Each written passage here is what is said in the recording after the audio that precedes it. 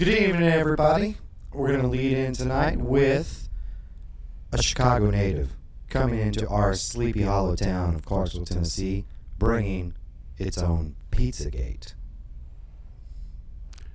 This is Mike Hoover, and I'm asking, is a Clarksville free thinker correct?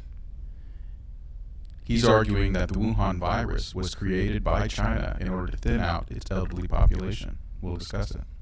And there's a new entry into the chicken wars. And this time, it's all about breakfast. Does the South have the best breakfast? And is it, in fact, the chicken biscuit? Stay tuned to find out.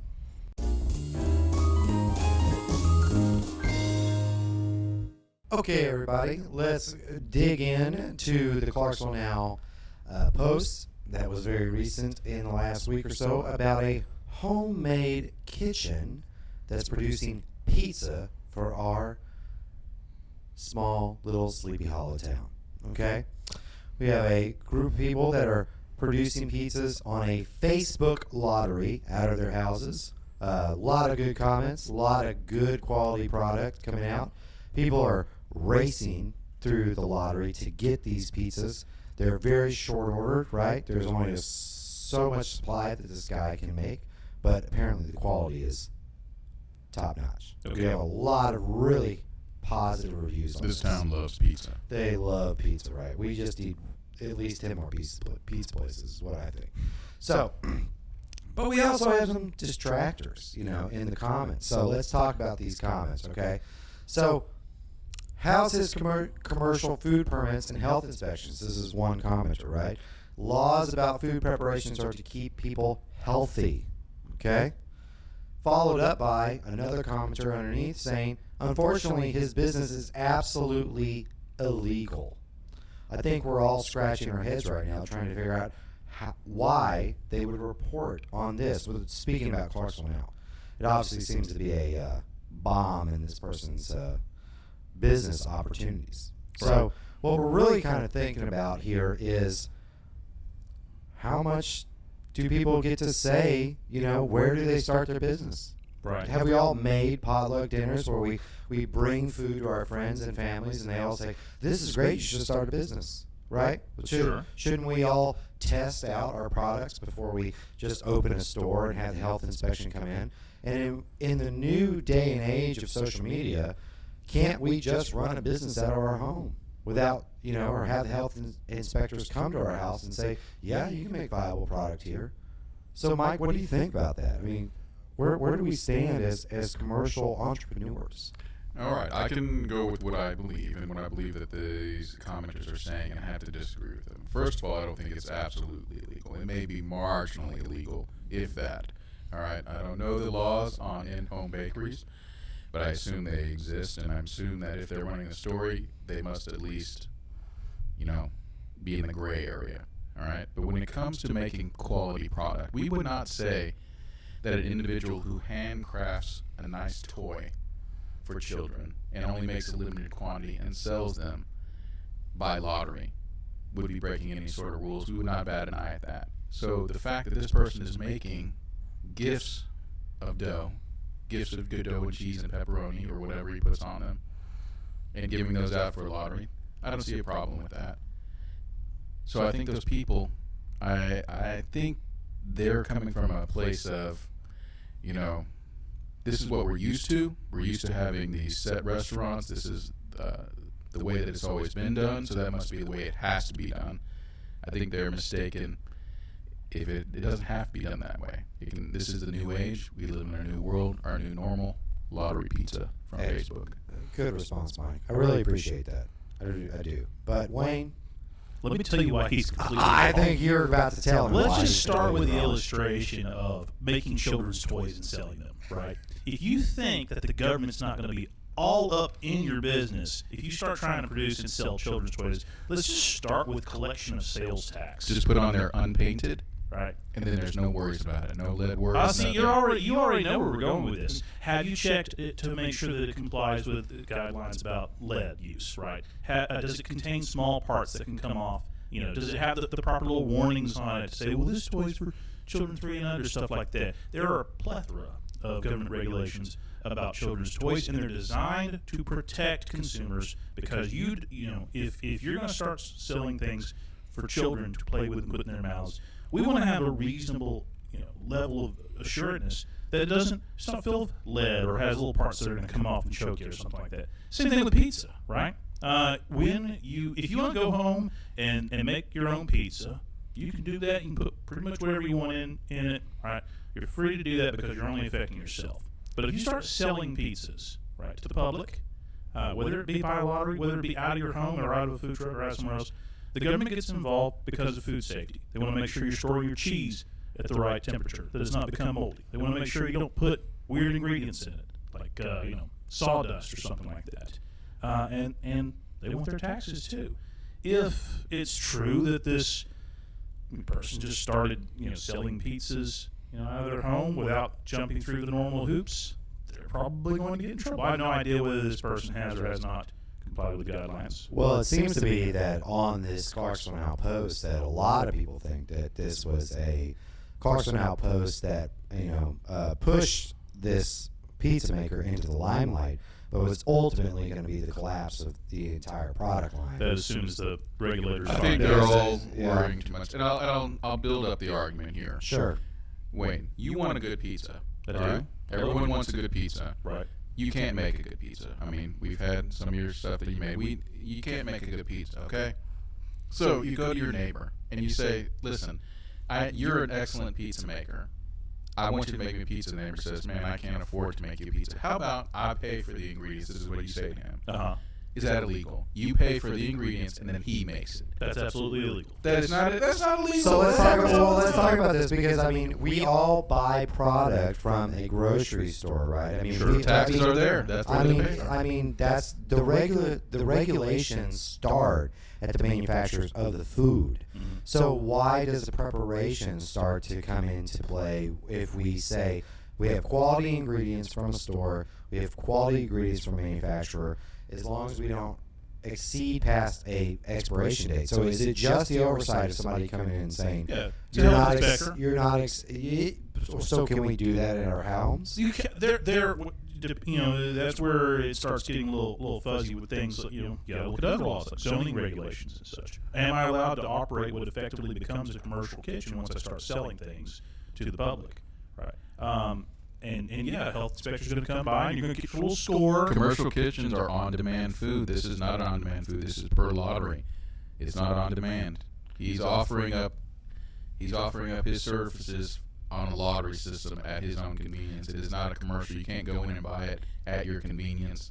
It's like saying that that just because anything is made, then that becomes commercial. There's a reason no one's created the Uber of food. Or chefs, right? You can't just order food from your next door neighbor the way you can your neighbor sign up to drive a car. There's more hoops to jump through. Right? Can I order a chef to come in and make my food for me? Would that be illegal? Imagine an app that allowed you to do that, right? Imagine an app that allowed you to order a chef to come by and make you some food or come deliver you some food. Such a thing is possible. It's called Uber Eats, but all that food is made in places that comply with all the local guidelines as to how to prepare food. You didn't answer the question. If I hire somebody to come in and cook for me within my house, that's not illegal. That happens all the time. They're using my ingredients. You could be a professional chef, yes. They probably would ascertain some kind of quality assurance. They're not going to cook you, great chicken, right. Or slimy chicken. You're going to have a license. I can't cook this for you because it would impede on my ability to cook. Well, if those laws exist that would shut this poor pizza guy down, then that is a travesty that should be remedied. Okay. Let's just flip the pepperonis on this. Everybody, put in your comments. Should people be able to run food businesses out of their homes? Should the regulations drive to their home because they have all the capabilities to market to the economy, obviously, and their demand is high? Let us know, and we'll keep arguing this even in the break. I'm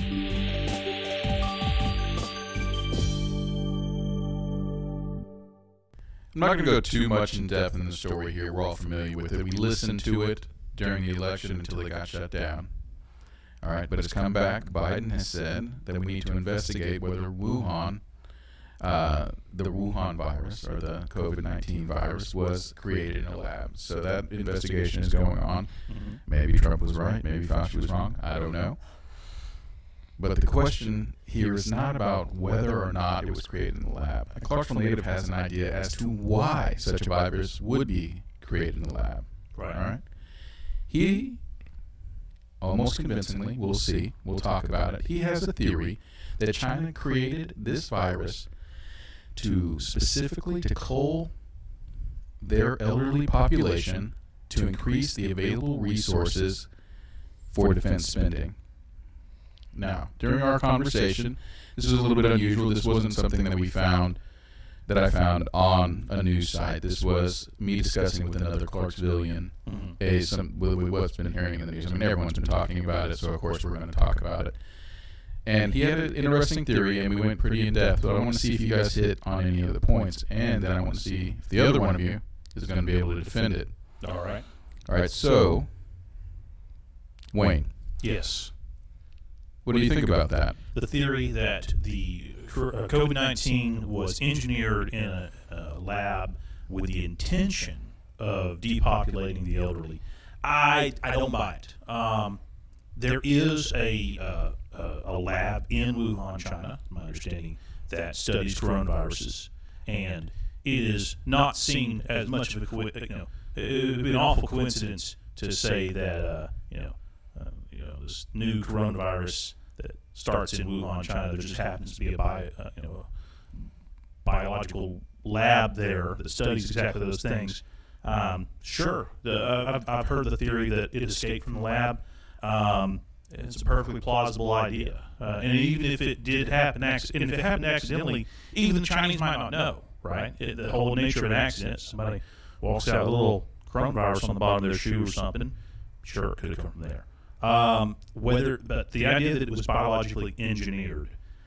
First, I would say that a genetically engineered virus. I don't know enough to tell whether we could look at the virus itself and say, yeah, this looks like it was something that was made in a lab. Right? Is it unusual? Does it, have the markers of an altered virus? I don't know whether they can look at it and see such a thing. If they could tell one way or the other, I'd imagine we probably would have heard that. But the other is this.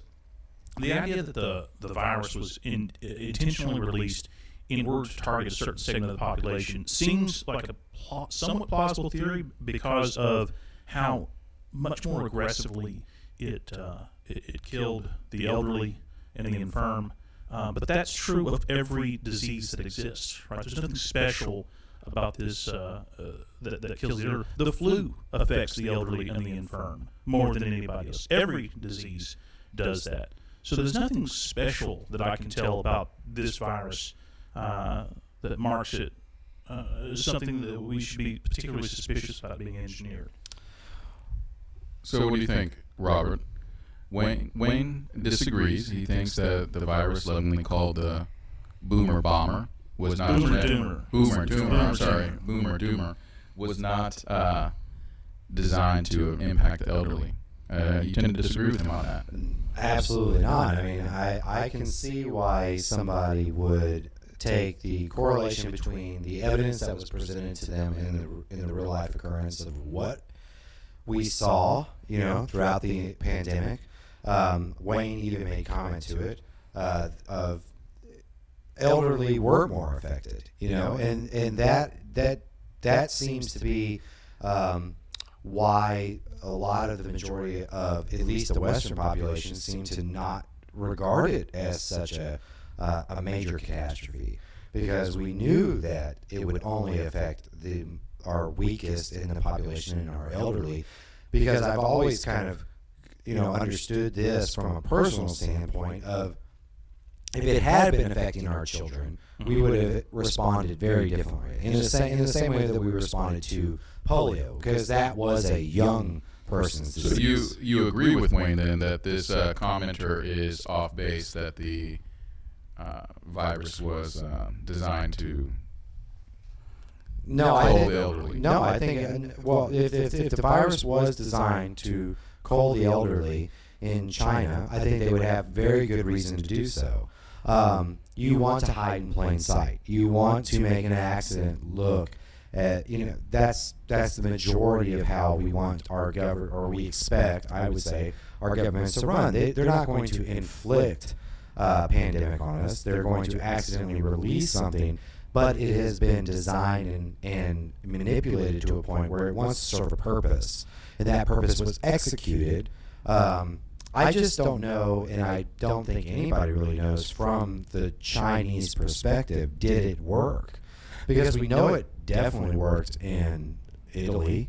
We know it definitely worked in America and is still working throughout India, where people with comorbidities, I'm going to say that word, I think I got it right. So I think that is part of it. And I think that China, honestly, I think China, because of its one population growth standard that it's had for a long time, the evolution of its economy, it may have needed to, purge a lot of its elderly to kind of open itself up to a more population growth of young people by broadening its family base. Maybe their diets allow them. I don't know any of these things, but I'm speculating from the commenters' idea that Chinese people probably tend to live very long lives because of their diet and their health concerns and the way that they live, and thus if China needed to purge out to bring in new blood to release their one-child dictation, then releasing a virus that would directly impact the elderly population could be a very legitimate cause for them. A coronavirus coming from a town with a lab that studies coronaviruses and allowing the Chinese government to lock down their population and as you said, mainly targets the elderly and the infirm.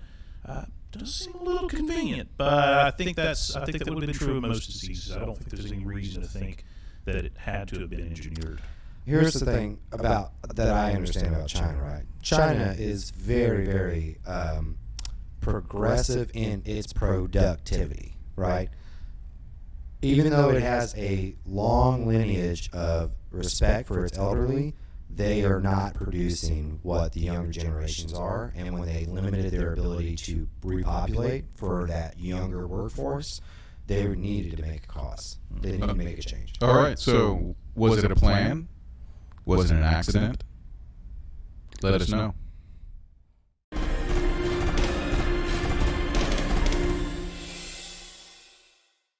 The chicken wars have spread to breakfast. I saw a post this week. Lewis reviews this, which is a great Facebook page. Local guy goes around, does food reviews, local places, and this week he did Hardee's. Hardee's has entered the chicken wars, but they're doing a little bit different. They got a breakfast chicken biscuit. They got a new hand-breaded chicken biscuit, and this really spoke to me because, to be honest, the Hardee's chicken biscuit is possibly my favorite food of all time. Has been for a long time, and their new chicken, I gotta say, better than it was before, and I liked it before. He put out his review and says it's definitely worth trying. And I saw a comment which thought I'd bring to you guys' attention. Commenter says that chicken biscuits are the greatest breakfast food of all time. Pretty bold statement. Greatest breakfast food of all time. I actually agree. A Hardee's chicken biscuit with egg and cheese on it is, if you say, hey, what do you want for breakfast? I would go for that every time. But I would be curious to see if either of you agree or disagree. Let's go to Michael. Michael, chicken biscuits, greatest breakfast food of all time? No. So there's a little bit different here, okay? Okay.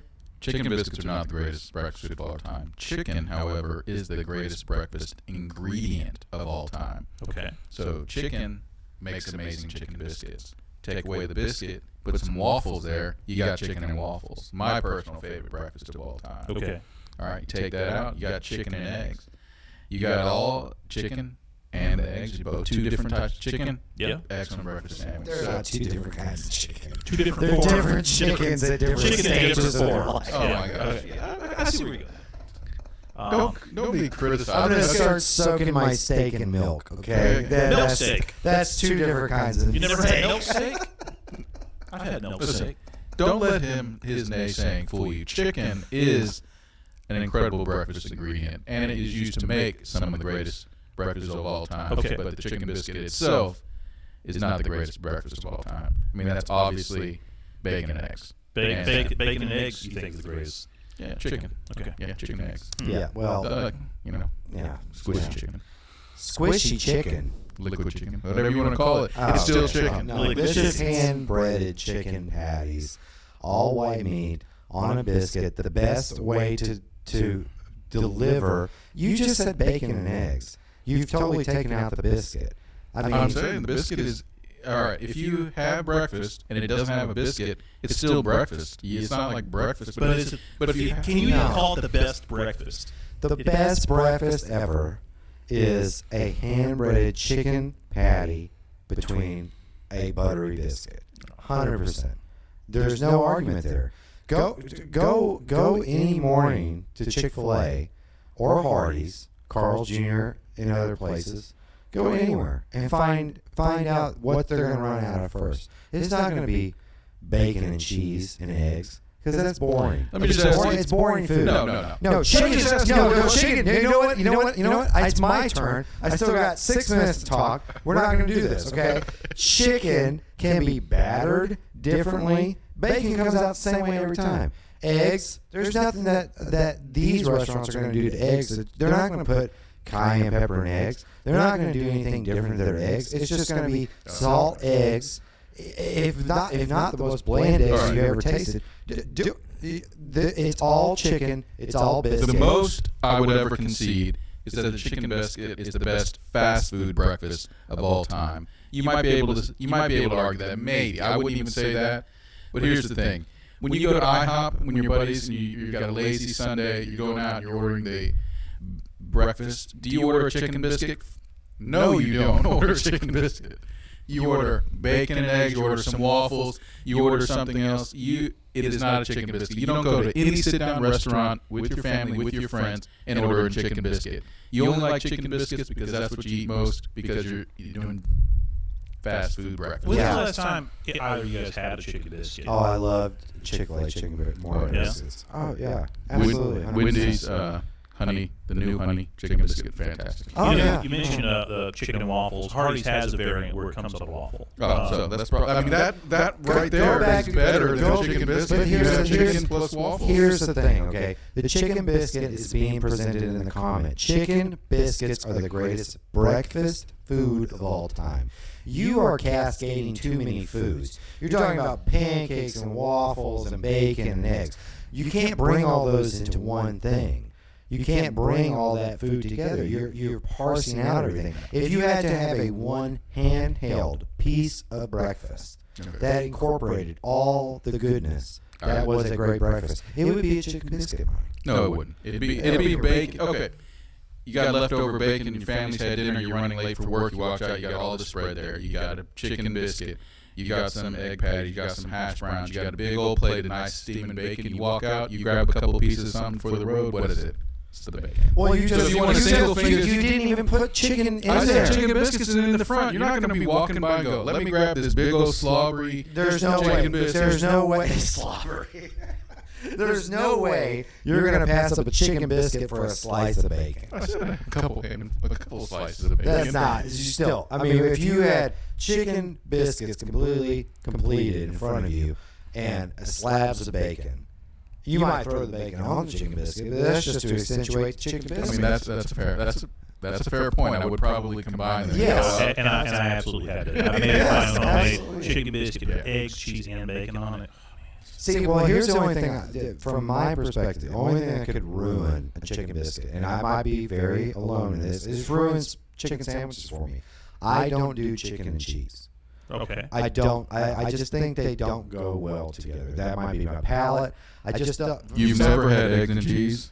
Eggs are not the same as chicken. They're chicken. It's the No, same. it's not the Liquid same. chickens. No, it is the baby of the chicken. It is the the denatured version of a chicken. Oh my gosh. The meat of a chicken, to me, and cheese do not go together. Sometimes when I look at it at the Chick-fil-A or anywhere that puts cheese on chicken, I'm always like, no. All right, we can solve this right now. Robert, I'm going to offer you a breakfast. I'm going to say, here's a chicken biscuit, and here's a chicken and an egg biscuit. What are you going to get? Oh, you're going to give me a chicken biscuit all the time. You're not going to do anything. So I could put any topping on top of that. Chicken bacon. All I need is buttery biscuit. Here's what the thing about biscuits is, okay? Because that's the thing, right? Chicken biscuits are the greatest of all time. Because when they're hand-breaded and they're fried, there's no telling. There's only a little bit of telling where that biscuit ends and that chicken begins. And that's how you know that you've reached the greatest breakfast of all time. You can't cross between that and bacon. I mean, I can't argue against a breakfast made of that scale. Okay. Well, guys, in the comments, let us know, what's your favorite breakfast food of all time? Is it chicken biscuits? Is it something else? Do you like a plain chicken biscuit? Do you like a few toppings on it? Let us know, and maybe I'll try some out.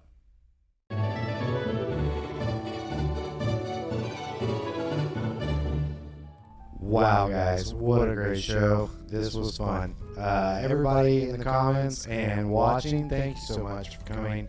Thank you for keeping us on your Wednesday nights.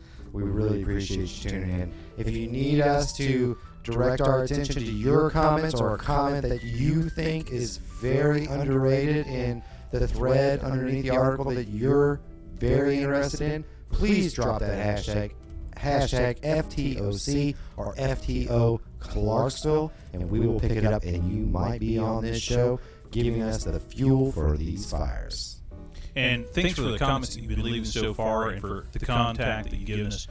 If you want to send us a message directly, you can like us on Facebook at the Freethinkers of Clarksville. If you're a local business and would like to see your business featured on here, that is something we are willing and interested in doing. Send us a message online, and we'll be happy to talk to you about what you'd like to see featured here. All right, thanks again for putting up with us this evening, as I put up with them and they put up with me. If you want more of us, you can find us on iHeartRadio and Spotify, and check us out on our Facebook page, all the places where you can find people that talk about things. That's right. So, for Wayne, Robert, I'm Mike H. Chicken biscuit lover. So, think of us when you're having breakfast tomorrow and every day after that. Have a good evening.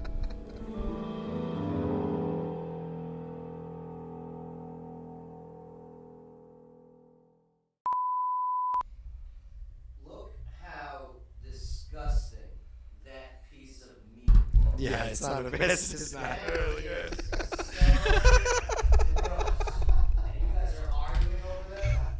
So good. I got to do I had that. one yesterday.